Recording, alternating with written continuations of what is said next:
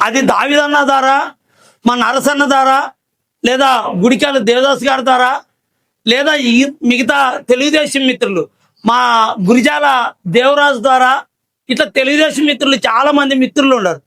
లేదా పార్లపల్లి రాజేష్ మండల ప్రధాన కార్యదర్శి రాజేష్ గారి ద్వారా ఎవరైనా మాకేం ఇబ్బంది లేదు, అంబేద్కర్ భవన్ కావాలి.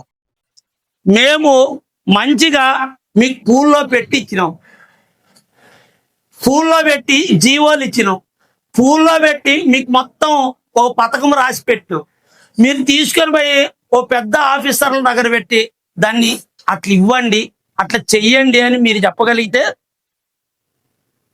ప్రశాంతంగా పని ఒక రోజులో అయ్యే పని గంటలో అయ్యేది. మీరు చేయలేము అంటే మేము ఒక్కరోజు కష్టపడాలి. 24 గంటలు కష్టపడే బదులు 1 గంటలో మీరు కష్టపడతారు, మీకు అవకాశం ఉంది, మీరు కష్టపడండి అని చెప్పి, మీకు అవకాశం ఉంది మా వాళ్ళకి లబ్ధి చేకూర్చండి అని అడుగు. ఈ ప్రాంతంలోన మేము ఒక్క భవనే అడుగుతున్నాం. ఎంతమందికి కలిసి, ఎన్ని కులాలకు కలిసి? 59 కులాలకు కలిసి, 59 కులాలకు కలిపి ఒకే ఒక భవన్ అడుగుతున్నాం. ఇదే యమీనూరులోనూ ఒక్కొక్క కులానికి ఒక్కో భవన్ కట్టించినారు. ఎవ్వరికైనా రోషముండి పౌరుషముండి ఖచ్చితంగా మాకు కట్టి తీరాలని చెప్పి ఒక్క నిర్ణయం తీసుకోకుంటే మనం ఎందుకు అని ఒకసారి ప్రశ్న చేస్తాం. 59 ఉపకులాలు కలిపి ఒక భవన్ అడుగుతుంటే పెద్ద రాద్ధాంతం చేస్తున్నారు. ఇదంతా ఒక ఎత్తు అయితే మాకు బాధ అనిపిస్తుంది, చాలా ఆవేదన జరుగుతున్నది. ఏమని? 1 ఎకరా 64 సెంట్లు ఉంటే 46 సెంట్లు ఒక పక్క ఉండదు, మిగతా పక్క ఒక పక్క ఉంది.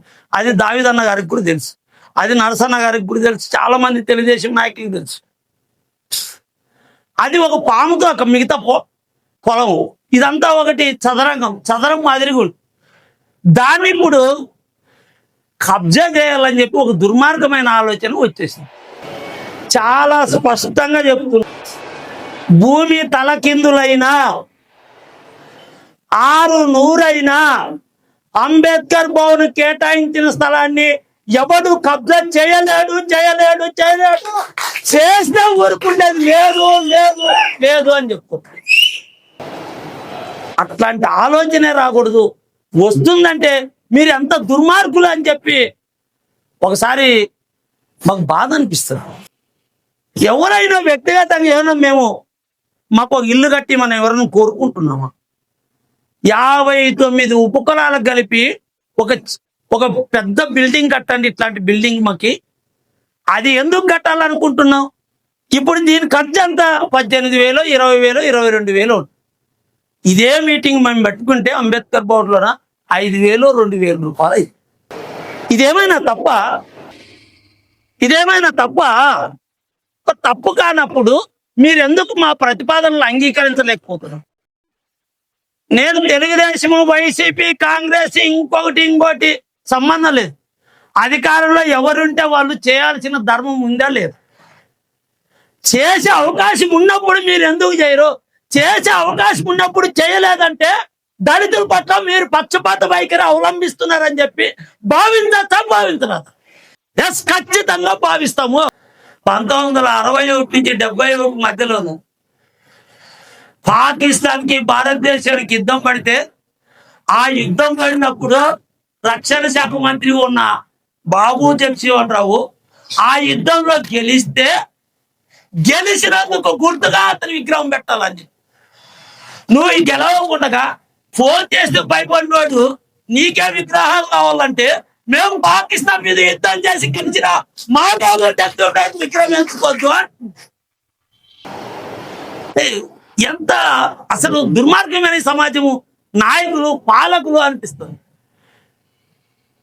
దామోదర సందమయ్య మొదటి తెలుగు రాష్ట్ర ముఖ్యమంత్రి, మాల సామాజిక వర్గానికి చెందిన వ్యక్తి, చాలా పేదరికం వచ్చిన వ్యక్తి, మెడ్రాసులో ఒక లాయర్గా పనిచేస్తున్న వ్యక్తిని అప్పుడున్న కాంగ్రెస్ గవర్నమెంట్ తీసుకొని వచ్చి నువ్వు ఈ రాష్ట్రానికి ముఖ్యమంత్రి ఉండయా బాబు అని చెప్తే, ఈ రోజుకి పెద్దపాడులో అతనికి ఇల్లు లేదు. నీతి నిజాయితీ పనిచేసిన దామోదర సంజీవయ్య ఒక వార్డు పేరు పెడితే ఆ సంజీవయ్య పేరు తీసేసి సంజీవిని అని ఒక మొక్క పేరు పెడతారా?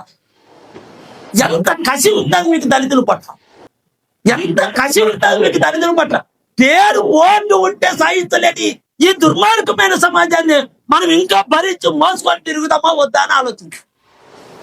మా 3వ జంగాలలో 144 జీవో వచ్చి నువ్వు ఇప్పటికో 10-12 ఏళ్ళు పైన వీళ్ళందరూ అవతల ఐజాగ్ పోయి కసి క్యాస్ట్ సర్టిఫికెట్లు తెచ్చుకునే పరిస్థితి అయింది. ఇప్పుడు మొత్తం పిల్లలందరినీ తెలంగాణలో ఎస్సీ సర్టిఫికెట్ ఇస్తారు మాకి. వాళ్ళందరిలో ఆడే తెలంగాణలో పెళ్లి చేసుకుంటే అయిపోయి కదా, అక్కడే ఎస్సీ సర్టిఫికెట్ తీసుకున్నట్టు అని చెప్పి ఇంకొక అన్యాయమైన ఆలోచన మా వాళ్ళందరూ చేసి అక్కడ పోయి అక్కడ స్థిరపడి ఇక్కడ మనసు ఉంటే అక్కడ శరీరం ఉండే పరిస్థితి తీసుకొని వచ్చి అక్కడ వాళ్ళ సర్టిఫికెట్లు తెచ్చుకొని పొద్దుగుతున్నారు. ఇక ఎంతకాలం పడుతుంది ఈ ప్రభుత్వానికి?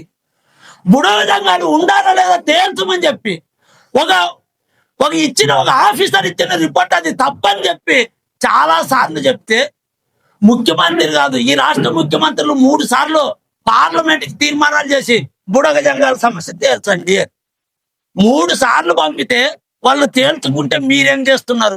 ఓకే, వీళ్ళని సంతృప్తి కొడతారు బుడగ జంగాల్ని. మేము తీర్మానం పంపాము, వాళ్ళు ఏమనలేదప్ప. వాళ్ళు ఏమంటారు? వాళ్ళు ఏమనరు. ఎందుకు పడ్డారు? బుడగ జంగాలు చాలా చిన్న వాళ్ళు ఏమి ఎదిరించలేరు, వాళ్ళ బలహీనులు, వాళ్ళకు నోరు లేదు, వాళ్ళకి జ్ఞానం లేదు అనుకుంటున్నారు వాళ్ళు. తస్మాత్ జాగ్రత్త. ఈ ప్రభుత్వాలన్నీ బుడగ జంగాలకి కులం సర్టిఫికెట్ ఇవ్వాల్సిందే. అది గెజిట్లోనే ఉంది. బుడగ జంగాలు 59 ఉపకులాల్లో బుడగ జంగాలు కూడా ఒక కులము ఎస్సీ కులం అని చెప్పి ఆ కులానికి ఇంకా సర్టిఫికెట్ లేకుండా ఎంతకాలం మీరు నాంచుతాం? వాళ్ళు ఇప్పుడిప్పుడే పైకి ఎదుగుతున్నారు, ఇప్పుడిప్పుడే వ్యాపారంలో స్థిరపడుతున్నారు, ఇప్పుడిప్పుడే రియల్ ఎస్టేట్ ముందుకు వస్తున్నారు, ఇప్పుడిప్పుడే చదువుకొని ఉద్యోగాలకు వస్తున్న సందర్భంలో మీరు ఆ కులం సర్టిఫికెట్లు ఇవ్వకుండా ఇబ్బంది పెడితే వాళ్ళు ఎట్లా ఎదుగుతారు? మానవత్వం లేదా ఈ ప్రభుత్వాలకి అని నేను అడుగుతాను.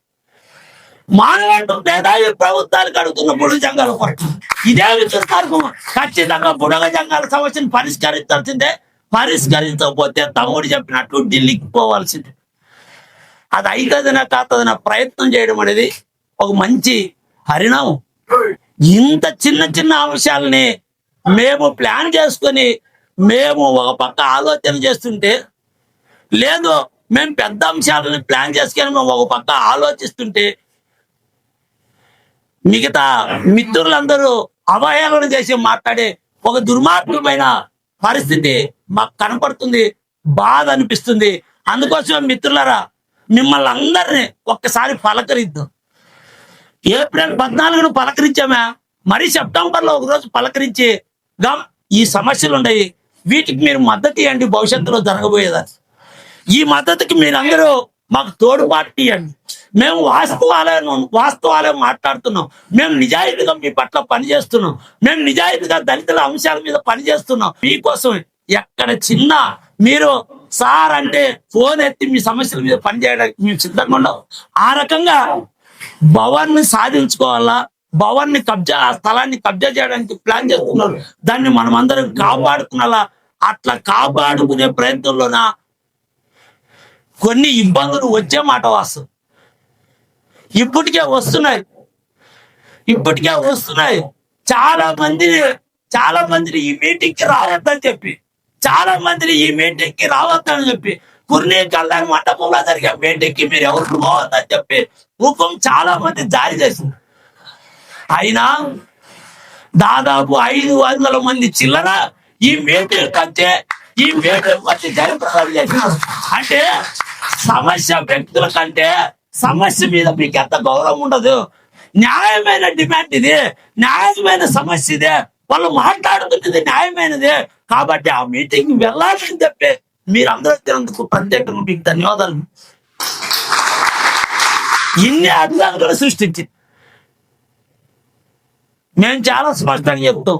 మిత్రుడు ఆదంగ గారు మండలానికి ఒక కమ్యూనిటీ హాల్ పెట్టండి అని చెప్పారు.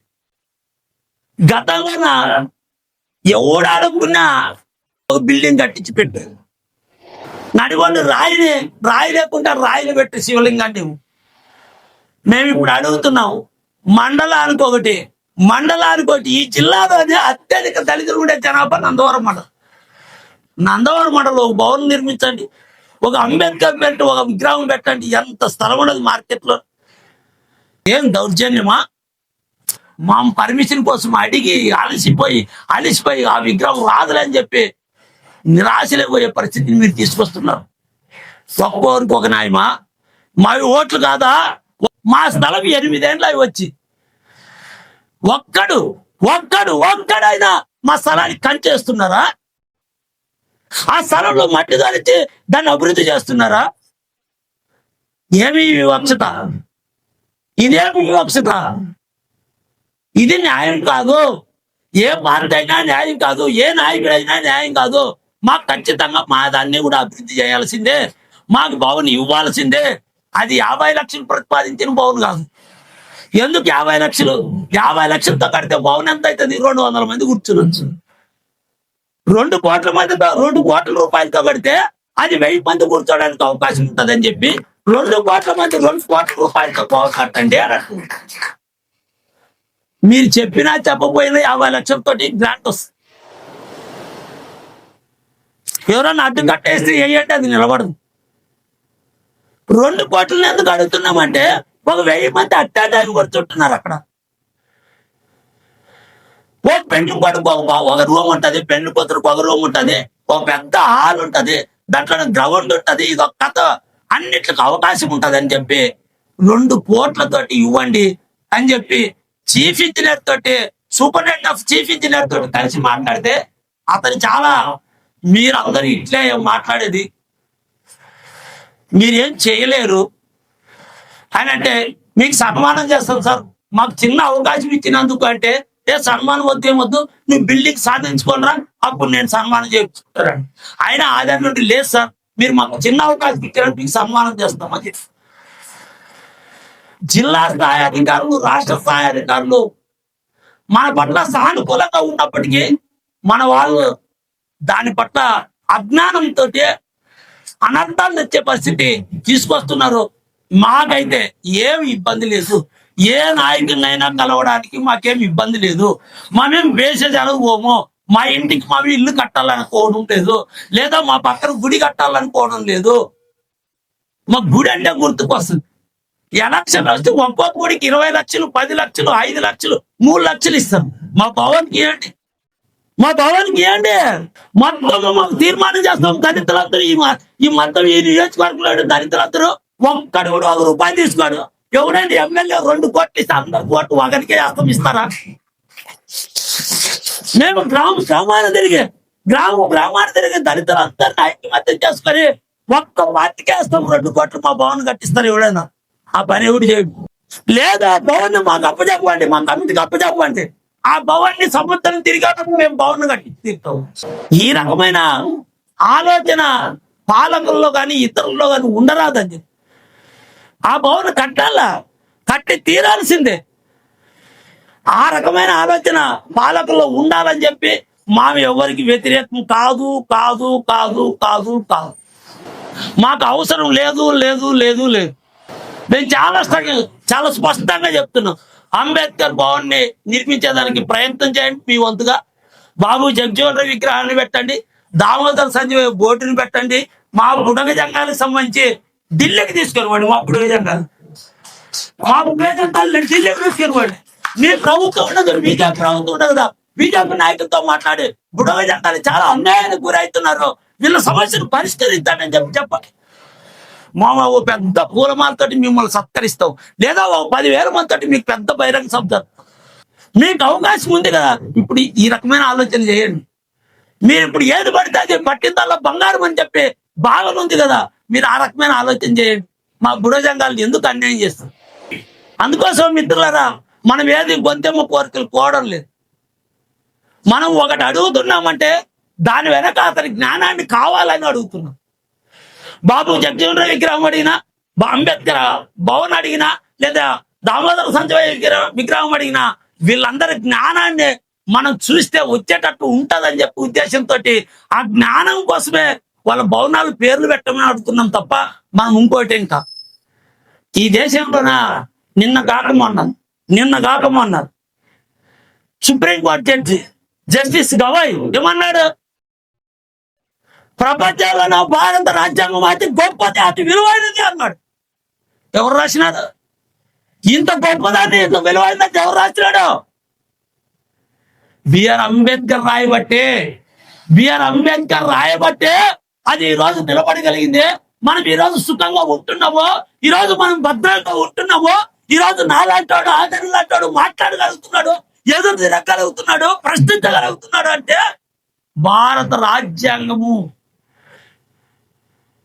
ఇది రేపో మాపో ఇబ్బందులు లేకుండా వస్తున్నది. ఈ రాజ్యాంగం రేపో మాపో ఇబ్బందులు లేక వస్తున్నది. ఈ రాజ్యాంగంలో అంటే మౌలికమైన స్వరూపాన్ని మార్చాలని చెప్పి ఓ ప్రయత్నాలు జరుగుతున్నవి. తస్మత్ జాగ్రత్త అని చెప్పాల్సిన అవసరం మళ్ళీ ఉంది మనకి. ఏమి దుర్మార్గం ఆర్టికల్ 26 నుంచి 29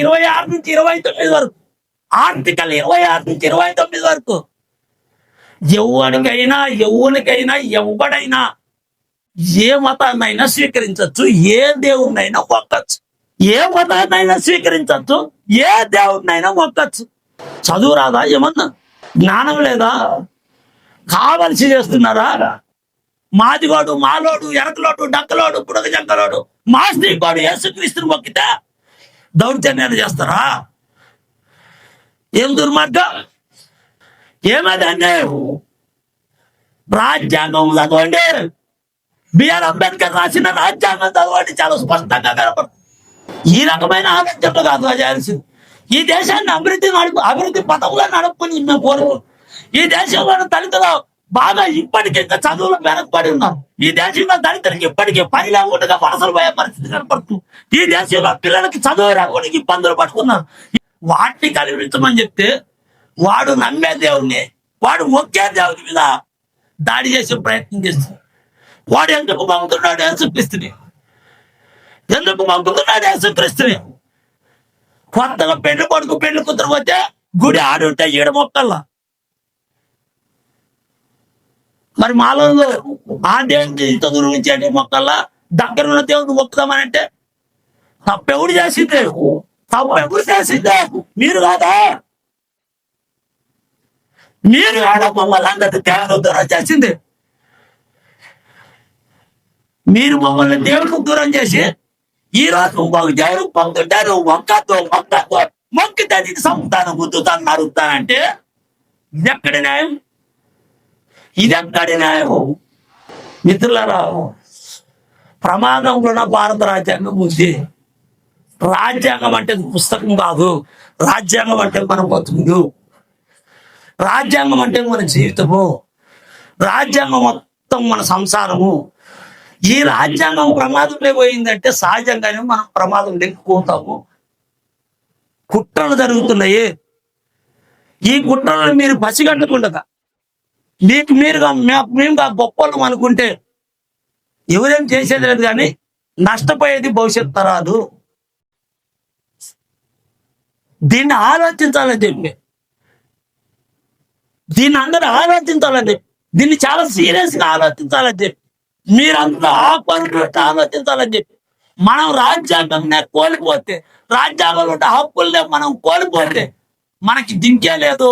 ఆ రకంగా మీరు రాజ్యాంగాన్ని కాపాడే పద్ధతిని తీసుకున్నారని చెప్పి అంబేద్కర్ భవన్ సాధన కోసమై మేమిచ్చే పిలుపుల్లో భాగం కావాలని చెప్పి బాబు జగజీవన్ విక్రమ్ ఏర్పాటు చేయాలని చెప్పి చాలా చిన్న సమస్య దామోదర సంఖ్య బోర్డు ఏర్పాటు చేసేదానికి సహకరించాలని చెప్పి పెద్ద సమస్య, అత్యంత పెద్ద సమస్య బుడగ జంగాల్ని ఎస్సీలో ఉంచాలని చెప్పి దానికోసమే మేము ఖచ్చితంగా డిమాండ్ చేస్తూ, ఏ నాయకుడైనా ఆ సమస్యను పరిష్కరిస్తుంటే వాళ్ళ దగ్గరికి వచ్చి మేము మంచిగా వాళ్ళకి దండేసి వాళ్ళకు దండాలు పెట్టి ఆ సమస్యను పరిష్కరించుకోవడం మేము గౌరవిస్తామని చెప్పి తెలియజేస్తూ ఈ అవకాశం ఇచ్చిన మిత్రులందరికీ ప్రత్యేకంగా ధన్యవాదాలు తెలియజేస్తూ ముగిస్తున్నాను.